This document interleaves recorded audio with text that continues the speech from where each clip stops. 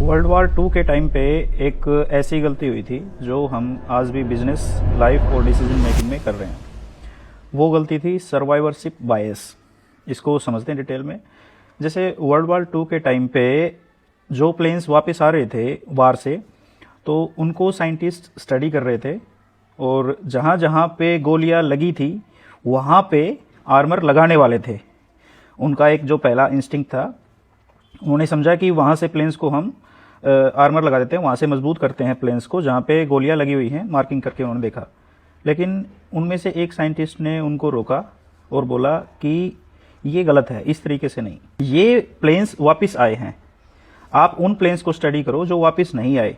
जहाँ जहाँ पे इन प्लेन्स में गोलियाँ नहीं लगी हैं, आपको वहाँ से प्लेन्स को मजबूत करना चाहिए।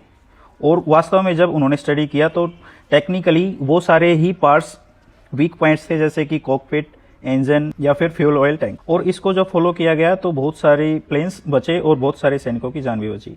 सेम इसी का एग्जांपल हम हमारी रियल लाइफ में लेते हैं। तो अगर ये बिजनेस से रिलेटेड है तो हम देखते हैं कोई अपना स्टडी ड्रॉप आउट करके अगर बिजनेस कर रहा है और वो सफल हो रहा है तो हम उसको अगर बिल गेट्स का नाम देते हैं, तो इतना काफ़ी नहीं है।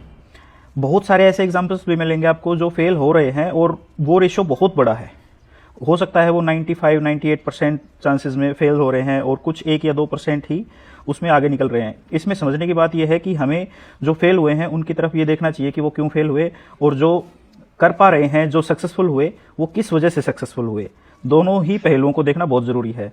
सेम इसी तरीके से अगर हम हमारे डाइट प्लान से रिलेटेड देखें तो हमारे अगर कोई दादाजी हैं जो बाहर चाट पकौड़ी और समोसे खा के 80-90 साल तक हेल्दी लाइफ जी रहे हैं, तो हमें इसको इस तरीके से नहीं समझना चाहिए कि वो चीज़ें हेल्दी हैं या फिर वो खा के भी जिंदा हैं। नहीं, उन्होंने कुछ स्ट्रिक्ट डाइट प्लान्स या फिर उनका कुछ रूटीन ऐसा है जो मेंटेन कर पा रहे हैं उन चीज़ों को प्रॉपर तरीके से डाइजेस्ट करने के लिए। ठीक है, अब प्रॉपर तरीके से हम समझें तो ये जो तली हुई चीज़ें हैं या फिर अनहाइजेनिक फूड है जितना भी, वो बहुत सारे लोगों को कैंसर दे रहा है, बहुत सारे लोग उसकी वजह से मर रहे हैं, सडन हार्ट अटैक्स वगैरह आ रहे हैं।